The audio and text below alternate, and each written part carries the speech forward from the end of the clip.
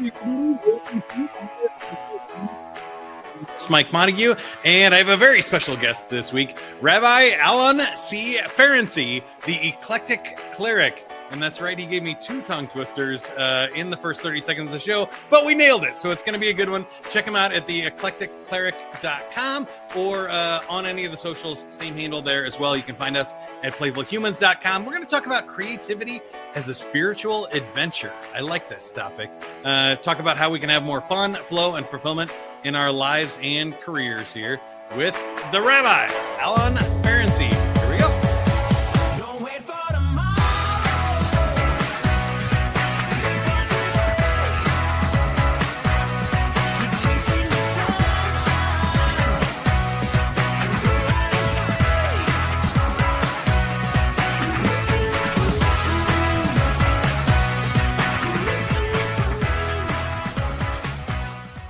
All right, Alon. We like to start with the joke of the week here. This week, the joke of the week is brought to you by live streaming.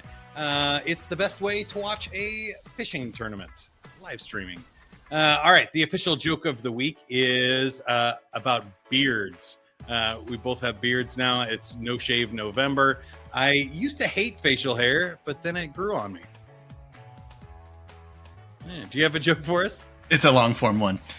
So there is a renowned industrialist, Mark Hyman, and he's in his office one day, and he hears the voice, and the voice says, "Mark, sell everything." And he looks up and says, "God, sell everything. Go to the Sands Casino, bet it all on the 3rd blackjack table from the right, 2nd floor."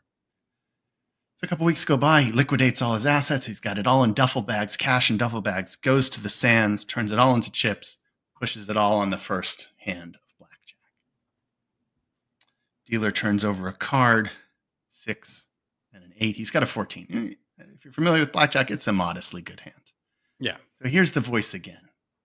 And the voice says, "Say, hit me." Makes sense. Hit me. And the dealer turns over a 4. Getting better, an 18. He hears the voice one more time. And the voice says, "Say, hit me." Dealer pulls over a card. He's got a 2. Now he's got a 20. I mean, that's a fine hand. But the voice calls him one more time and says, "Mark, say, hit me." And for the first time in this long odyssey of obeying this divine command, he turns to God. He says, "God, you don't hit on a 20. You don't hit on a 20. Mark, say, hit me." And the booming voice comes back. He says, "But this is a terrible idea. Say, hit me." So he gathers his strength. He pulls himself together. He turns to the dealer and says, "Hit me." And the dealer turns over the card, and out comes an ace. And the voice says, "Unfucking believable." I don't even know. You can't tell that from the pulpit. It's a good theological joke. You can't tell it from the pulpit. Yeah. I think there is a whole lot I want to unpack with you, specifically around, the spirituality, creativity as an art, living our best life through play and creation and all kinds of cool stuff there. But I also think if I have a rabbi on a podcast at this time when Nobody Wants This is like the #1 show on Netflix, I would be a little remiss if I didn't ask you about being a rabbi or in podcasting, because you have your own podcast too, The Eclectic Cleric. Did this hit too close to home? What'd you think of the show? Well, there's so many mixed feelings. Sexy rabbi is always a nice thing to put out there to people. It was hot rabbi. I think they even said the phrase. Yeah.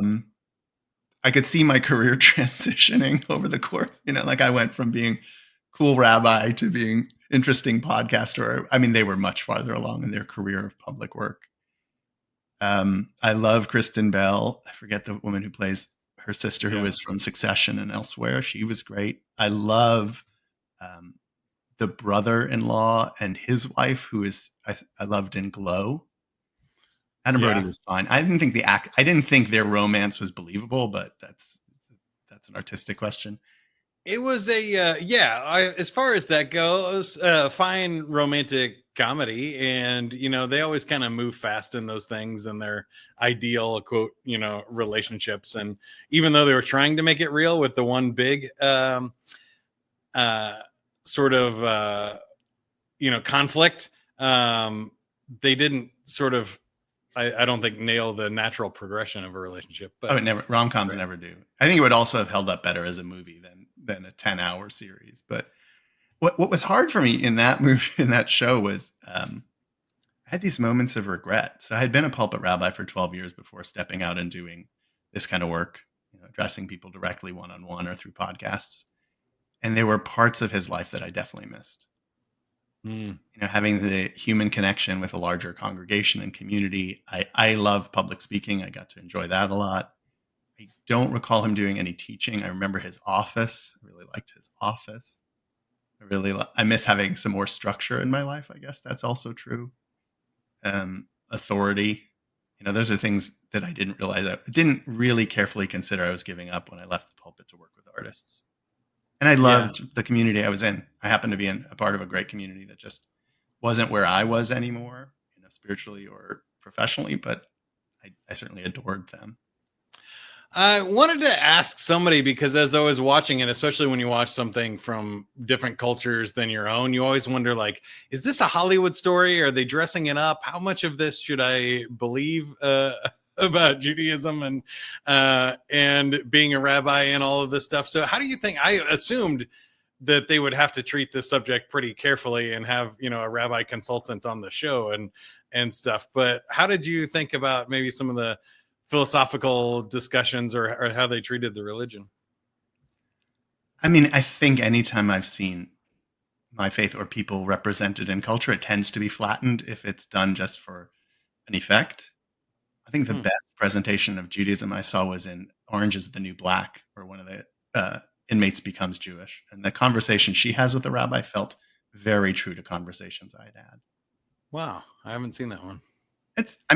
There's great moments in the show and a lot that drags. They gloss over the complexity of a 3,000-year-old faith as you would. They gloss over, as you pointed out, romance, right? Like they gloss over the difficulty of romance. So why wouldn't they gloss over just a facet in one of the characters' lives? I'm sure they gloss over some of the issues in podcasting. I mean, suddenly they're getting a deal with Sirius or Spotify, and it's like, where's the development? Yeah, just two sisters randomly talking. They didn't talk about how they, struggled at this at all. Just assumingly, we pop into their lives and they're successful podcasters with I'm guessing millions of downloads. They don't say, but if they're talking to Spotify, it's got to be a huge. And they don't have other jobs or making money in any other appreciable way, and have an agent and stuff. So yeah, I would say they skipped along quite a bit there too. Yeah, and that's the nature. I mean, it's probably LA as filmed in Vancouver also typically. So like it's not it's not going to be an in-depth view of any aspect of the experience. But it was nice to see Kristen Bell doing well, and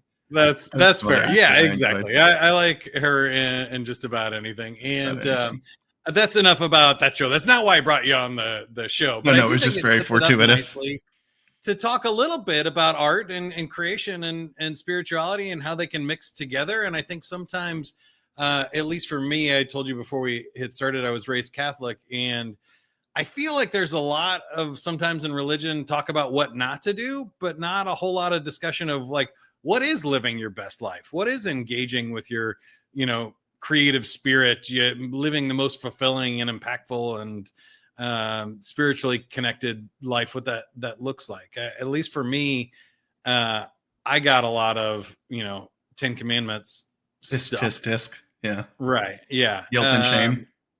Yeah. And what to do with sin and forgiveness and stuff, and not necessarily where do we go towards, or what does that look like when we're living connected. So I'll just give you the open question, since you've been talking about it and podcasting for a while. Like, what is the connection between creativity and spirituality for you, and how did you get there?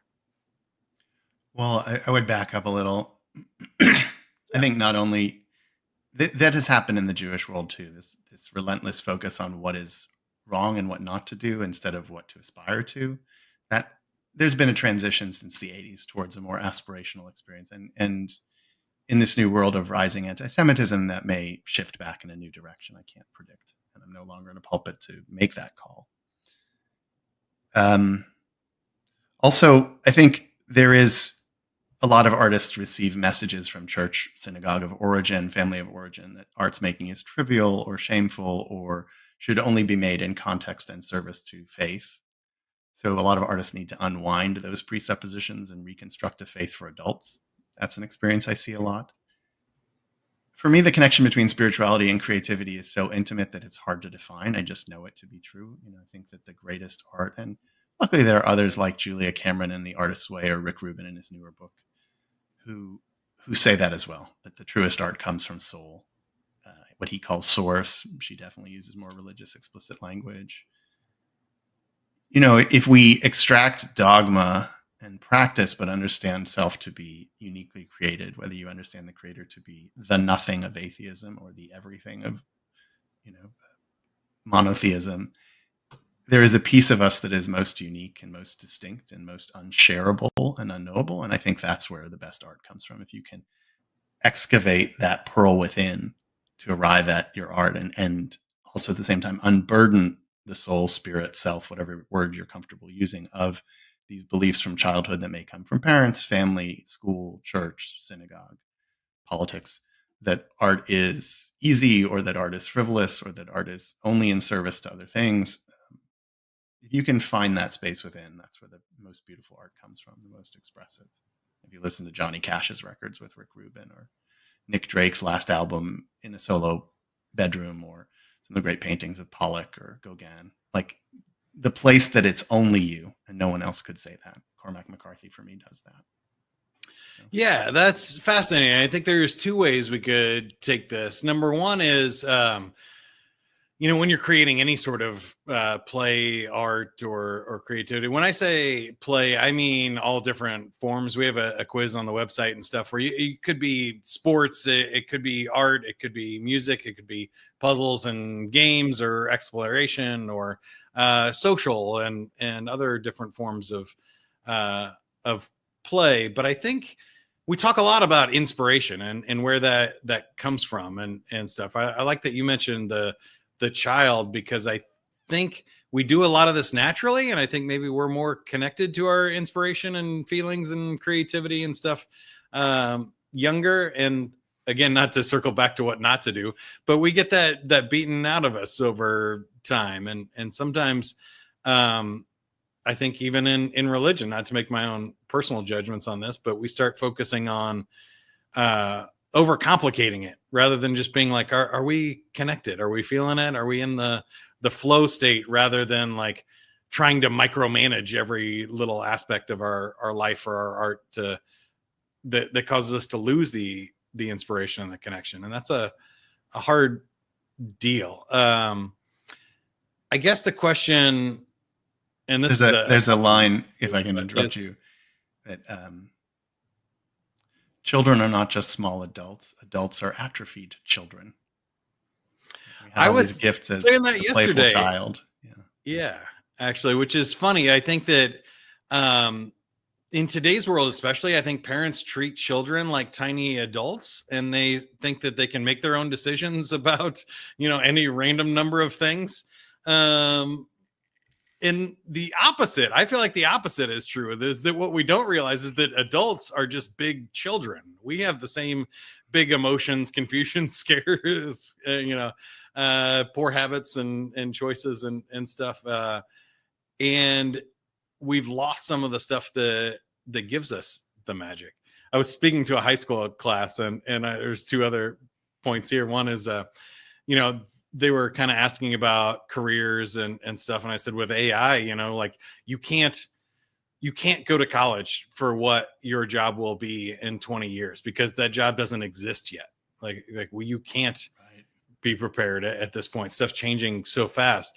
And I said, two, I think adults ask, teenagers what they want to be when they grow up, because the adults are still looking for answers. Like they don't have a great answer for that question either.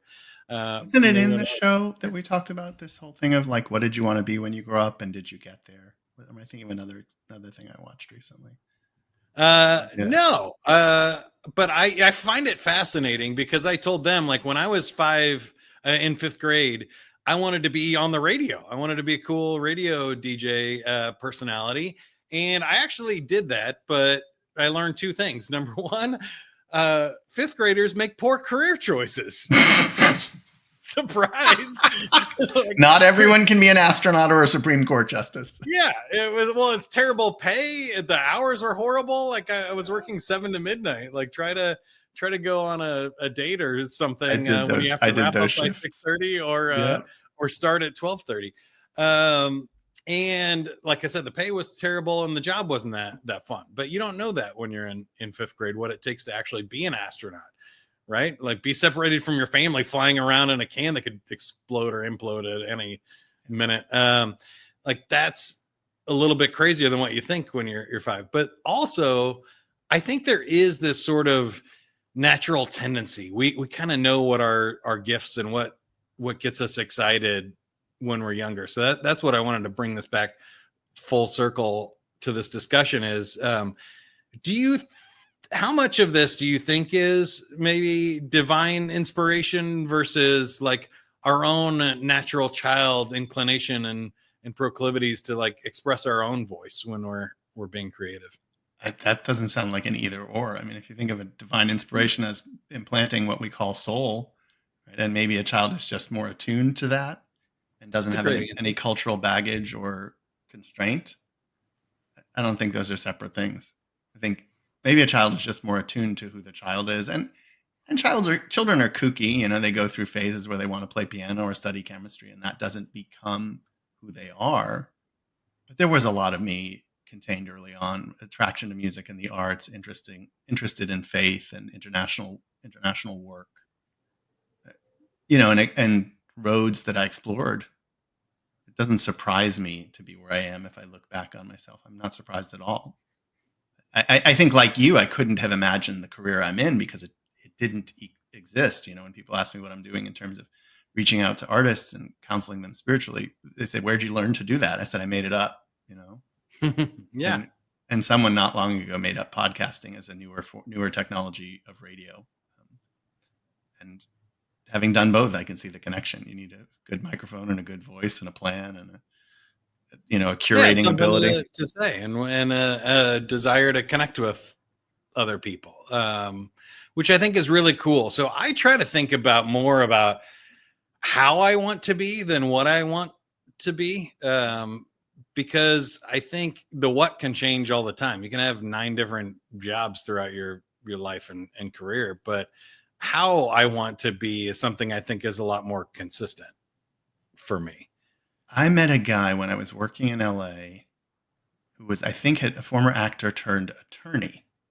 And his career transformation was sitting down and thinking about what he liked to do as an actor. And it involved public speaking. It involved presenting narratives and stories. I forget the list, but he realized it would be just as easy and easier to do it as an attorney. So if you thought about the verbs of what he loved to do in life, the shape of it would just as easily be an attorney, and certainly more straightforward, more remunerative, more structured than being a working actor. So I think that's adjacent to what you're describing to how, but also what are the actions of my life that I enjoy taking. So for me, it's creating new things has always been a piece of that. Listening to people, learning their stories has always been a piece of that. Learning from reading and sacred text and study in a way that I can share and teach and explain and tutor, so to speak. Those have always been a part of it. I've always loved being on some form of stage where I can express myself publicly, whether it was theater or sermons. So yeah, I think if we're lucky, we get to do more. And I try to explain this to my children, you know, the best career is one where you're doing the things you love as much of the time as possible.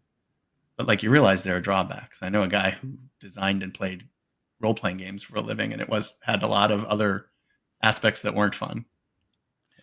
Yeah, I think that is the interesting part of it. So I have maybe 2 questions here for you. Number one is, what do you feel like are the benefits of it? So, if people go to your website or they hear your story, they'll hear you talking about things of like mindfulness and spiritual benefits of art and taking time to create. But can you explain more just in working with artists and yourself, what if people are not doing any sort of expressive art these days and they've let that fall away through their life, what are they missing?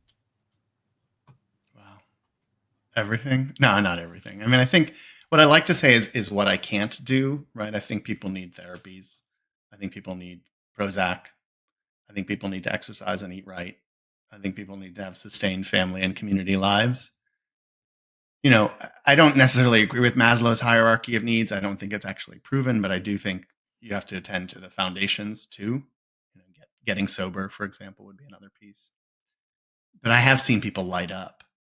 Over the course of months working together, I have seen people just come out of their shell, become lighter, become more full of light, become excited, become ecstatic, go from making one song every other month to playing 5 nights a week, finishing the chapter, understanding themselves better, creating something significant for their community, being social entrepreneurs, creating a song that I think in one case was the best thing they've ever written, getting more excited about new directions in their career, getting more excited about themselves. I think it's sort of creating richly can be very self-fulfilling. It can't cure depression, and I don't want to give that impression, but it can cure loneliness and sadness and can heal some parts of the brokenness.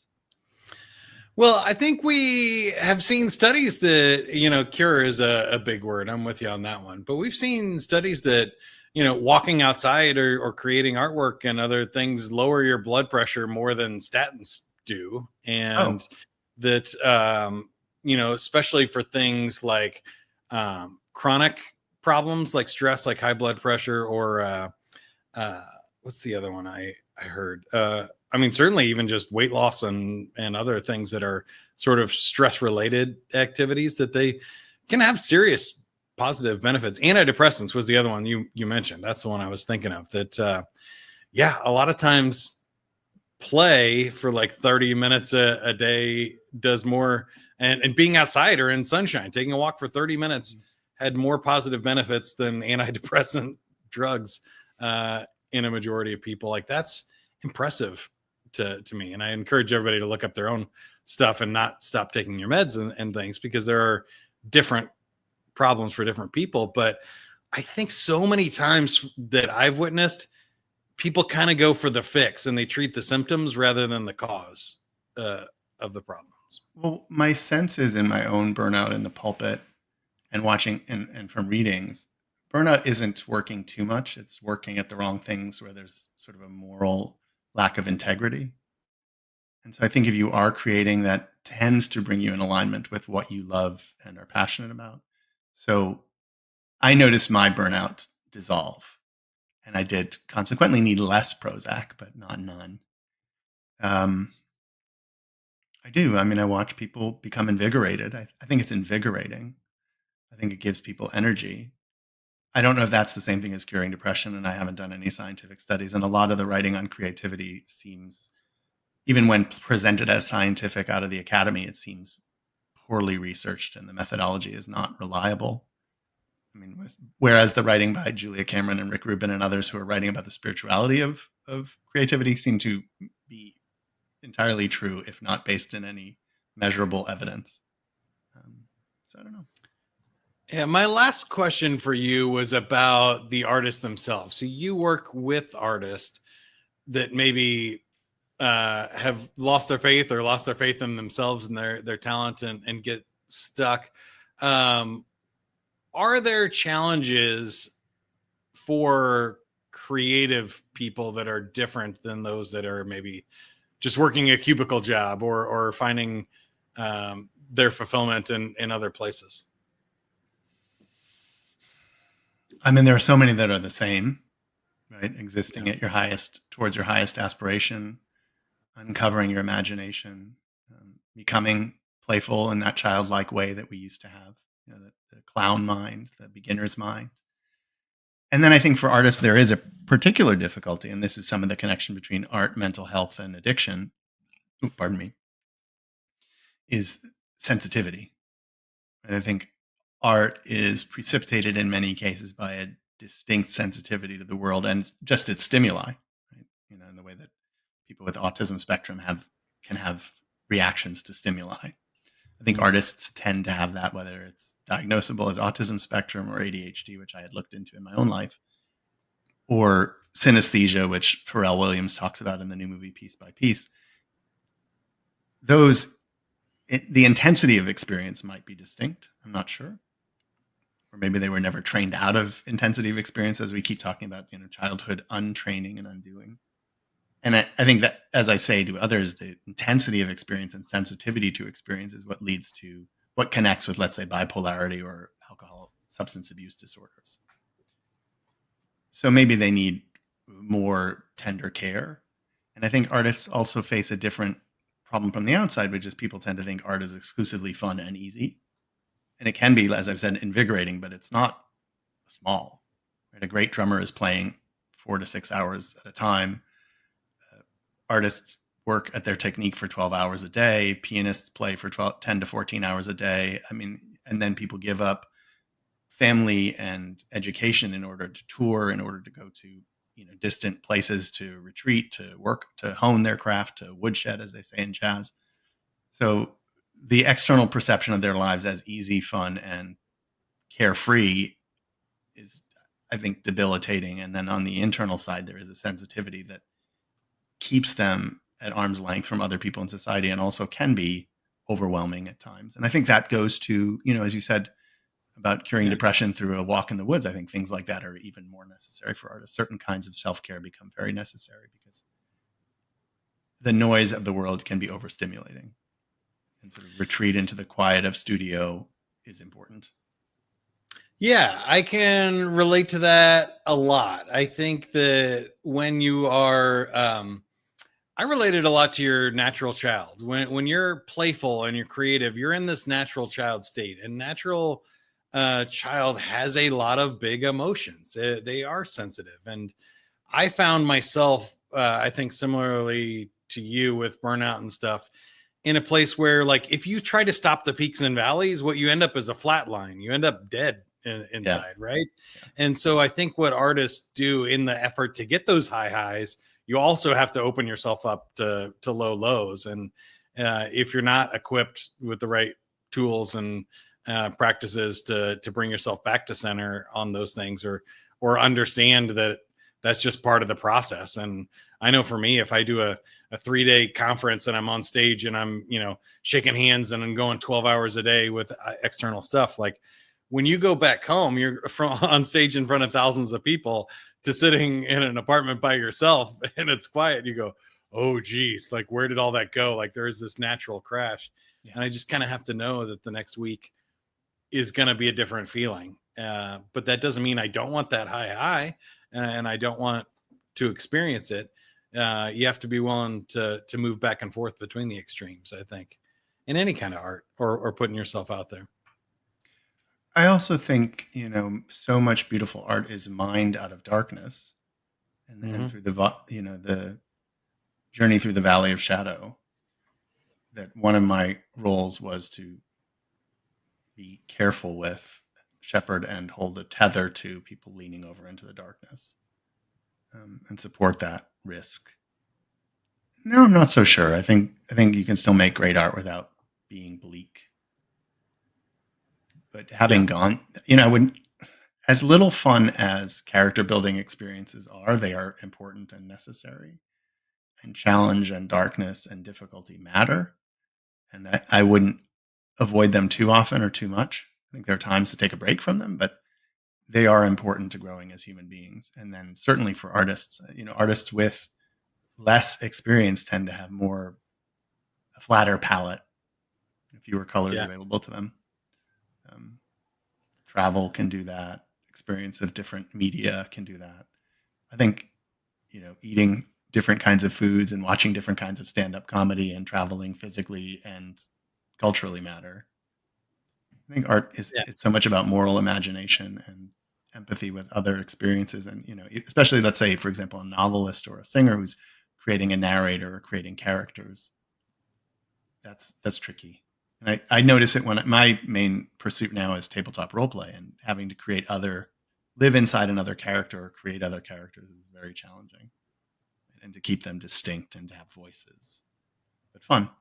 and worthwhile. I love that. And I think that's a great lesson to end on, because we started talking about creativity as a spiritual adventure. And I think the part of adventure that makes it interesting is the not knowing what's going to happen next, or overcoming the obstacles and stuff. If you have all green lights on your adventure, that's not much of an adventure. That's just coasting and stuff. So I think that's an important lesson here. And I can see where having somebody to talk to about this stuff and the consultations that you do can be powerful, because I've gotten stuck in different parts, and that's why I love talking to other creative people and having this show, and having a bad day, talk to somebody else that's doing it and excited about what they do.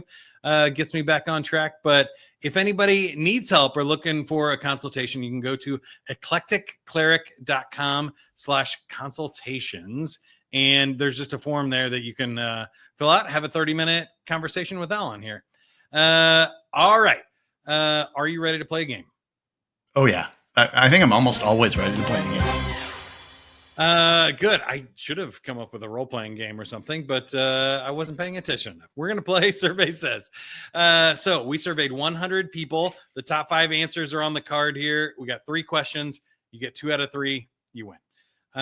Question number 1. We asked 100 people to name a job where you have to go to dozens of different homes every day, or each day. What do you think they said?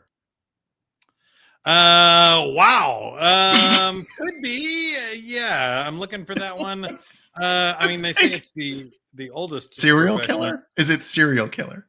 I'm still looking for a match here that I can give you, but no, you can't give me. Is that a sex worker? Let me think about dozens of homes. I used to go to a lot of people's homes as a rabbi, but not dozens. I know. I think the real answer is mail carrier. Yes, number 2, 25 points there for mail carrier. Salesperson, I'm not sure they go door to door anymore. Real estate agent, meter reader, or pizza delivery. Pizza delivery. Yeah. All right. This one comes straight to you from Kansas City, where I am. Name a specific food that tastes great with barbecue sauce. All of them? Correct. I'll give you the right answer for that one. All of them? What were actually on the list? I'm curious. Name an animal. Wait, this is you're giving me a new question? What are the foods that taste great with barbecue sauce? What did actual human beings say? Beef, ribs, chicken and wings, not so much the pork or pork chops, and French fries or tater tots. French fries, yeah. All right. Oh, I'm hungry now. Last one. We need this one now. Oh, I already gave you the win, I think. Name a place where kids hide something they want to sneak past their mother. I could give you a whole list of places my kids poorly hide things. On their phone, in their closet. I mean, we're right past like Halloween season, so they're hiding candy all over the house.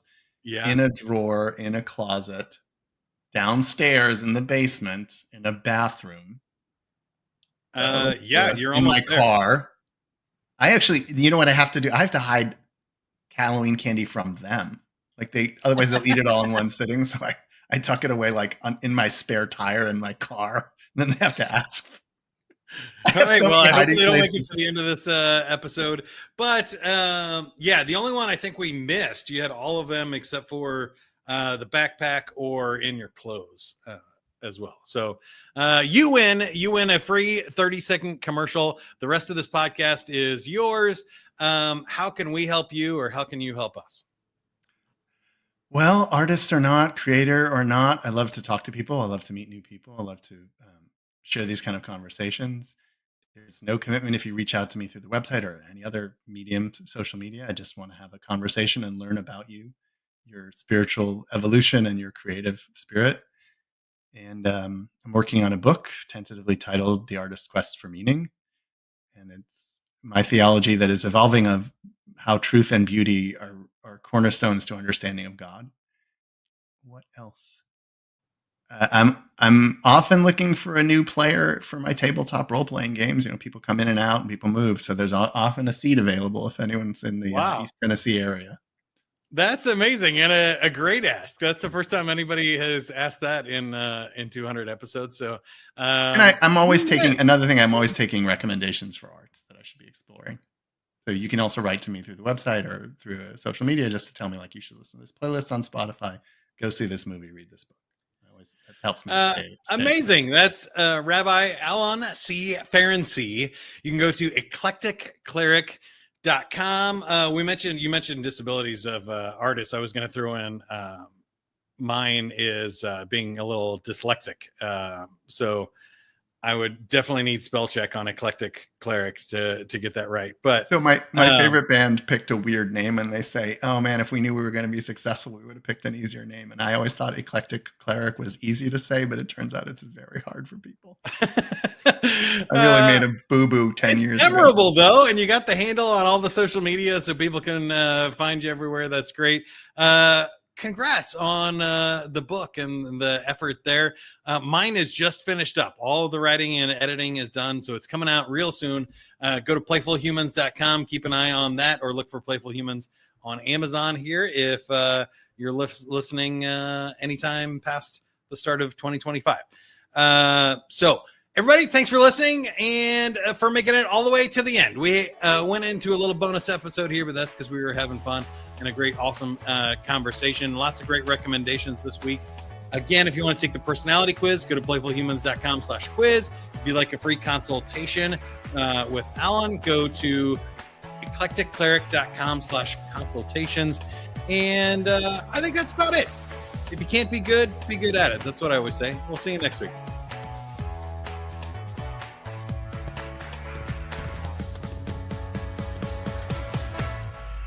For tomorrow, live for today,